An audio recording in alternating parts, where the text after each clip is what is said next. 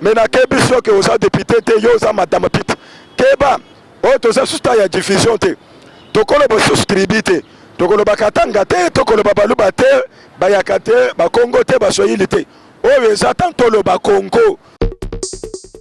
soki Katumbi apesi bino mbongo nazo rapele yo ke Moïse Katumbi akongole te tala ka nzoto na ye ndenge eza tala zolo na ye aza na mboka na bango tuna ye chef coutumier na bango na Kongo kombo ni nani akoyebisa yo te omoni te na Katanga wana na ba chef coutumier nyonso tu ba chef coutumier Moïse Katumbi aza te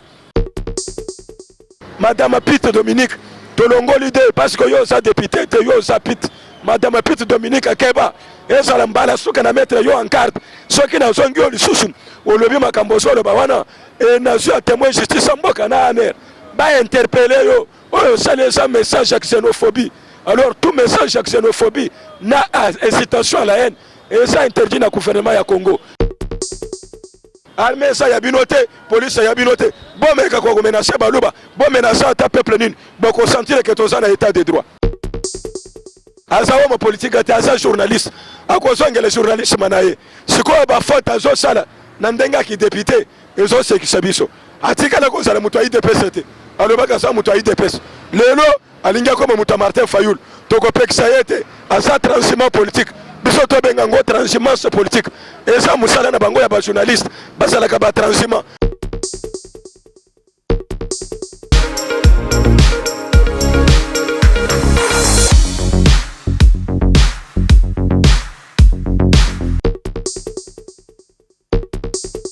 D'abord merci na papa pasteur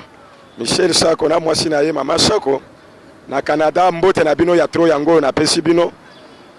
alors eza président Machacha o boyo kaka président ya ba parlement debout les grands formateurs na lingaki na développer moi muke na o tali masolo politique pour ne répondre à maman Dominique oyo asengi bakatange babengana baluba à côté peine à profondeur pour le kolobake baluba baliaka soit 10 ans bois maman nazo rappeler d'abord musala député oyebinde musala na yote député zanani député azamuto oyo le belaka peuple député azamuto oyo akelaka mibeko mais ya yo ki député eza ya bongo te yo kutuna ko benga yo député te alors yo to ko benga yo madame Pit na bengi yo Pit permettez-moi parce que osa Pit tolongoli de ceux qui to tchede aussi valeur to ko bengo député mais pour na ba comportement au sali maman Dominique Pit nde kombo to pesio yangwana soko soyo kangai nga pesa machacha mutu na lobi bon maman Dominique Pit yeba ke mbwa za nyama ezape kela mwanzambe mbwa baliaka ye aza musunyi ndengo liaka taba ndengo liaka ngombe ndengo liaka banyama nyoso mbwa za demote oliaka nguluti ngulu pe salite trop ngulu pe na mai oliaka libata pe salita ko sakana te mbwa pe za lokola libata lokola ngulu lorokolo ba mutu kaliaka mbwa eza inshirte wana na zongisho tout droit mais na kebi soki oza député te yo oza madame Pit keba oyo toza susta ya diffusion te tokoloba susu tribu te tokoloba katanga te tokoloba baluba te bayaka te bakongo te basoyili te oyo eza tantoloba Congo tokomi kolobela intérêt ya Congo elingi koloba boy soki ba idée na bino ya antiquité ba idée ya tribalisme ba idée ya xénophobie oyo sali wana eza xénophobie oza xénophobe toza lisusu na ta wana te toza na ta ya unité mpona totombola elongo mboka na biso totombola ekolo c'est pourquoi omoni biso tokota so makambo na bino te katanga wana eza ya baluba katanga wana eza ya bakongo katanga eza ya basoyili eza ya bato abandundu katanga eza ya bakongole nyonso omoni te ke na sécession ya Moïse Tshombe bozwa leson te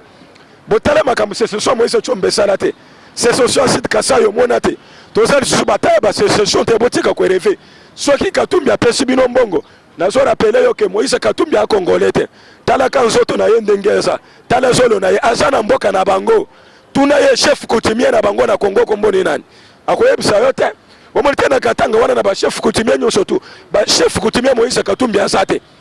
bato nyonso basala na ba chef coutumier na bango c'est pourquoi tozokebisa bino bazoba Moïse Katumbi ayibi bino d'abord na régime Kabila gouverneur à vie na régime Kabila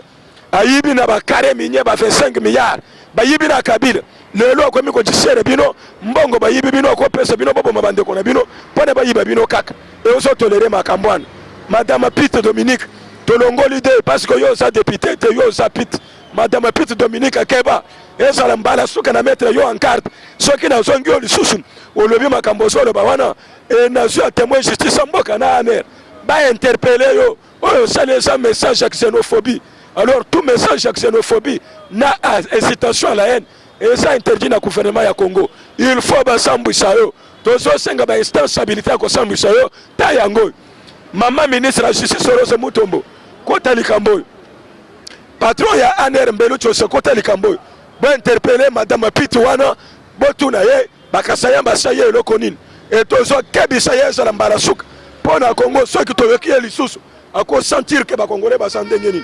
et soki ameki turo basé wana et banda ko réussir na ba régime oyo ezala complice na xénophobie régime a Tshisekedi eza état de droit et ko sala complice na xénophobie te soki oza xénophobe oyo sata ya xénophobie te keba okoswa leso moko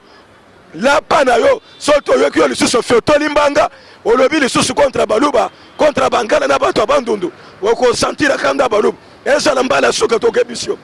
omoni nde na zone baboye na zone action na misapi pona ko action oza muke moni yo madame Pite Dominique oza muke wa munene te oyo zo mekokoko kayango te bomeka lubumbashi yango ana sikoyo armée sa ya bino te police ya bino te bomeka ko menacer baluba bomenacer ata peuple nini boko sentir que toza na état de droit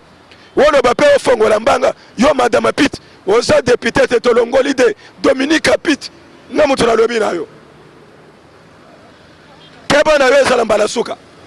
to boyi beshe wana obozo bima na Congo keba na yo na kebiso lisusu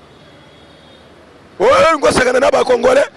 bato bakoma osala ba missile balistique ba missile nucléaire bamboko so développer biso bozo mema biso na makambo ya ba haine tribal na ba xénophobie wono bo lisusu za député yo za député yo za Pite oza député te oza Pite Dominique Pite.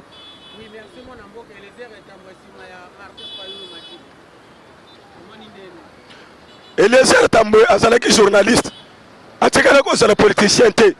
ba Congolais tozwa na biso libabe ya omone journaliste parce que alobaka malamu olobi aza député Eliezer Tambwe asala droit te aza homme politique te aza journaliste akozongela journaliste manaye sikoyo ba faute azosala na ndenga ki député ezosekisa biso atikala ko sala mutu IDPS te alobaka sa mutu IDPS lelo alinga ko mutu Martin Fayulu tokopekisa yete aza transhumant politique biso to bengango transhumance politique eza musala na bango ya ba journaliste basalaka ba transhumant lelo akoli nduzungu lobi ali nzungu kuna lobi ali nzungu kuna lelo amone recite fumbo na langile ya Martin Fayulu ekomi kitoko akeko lie fumbo na langile pa Martin Fayulu tokopekisa yete tokotika yake ndekole fumbo na langile lobi tango akozala posa alia nkombe bien musuni akozongela fachi beton musala na bango yangwana ana ye mu politique atisoka za la politicien na lingina recadrer ye mais lokola za journaliste tokolo belayete aza muke c'est un transhumant politique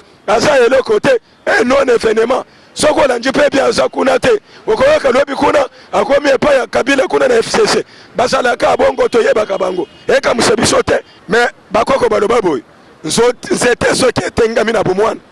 yo kozongisa ngo tout droit na kimukolo soko meki kosala effort ekobukana malgré ba étude azo étudier wana eza ba étude par correspondance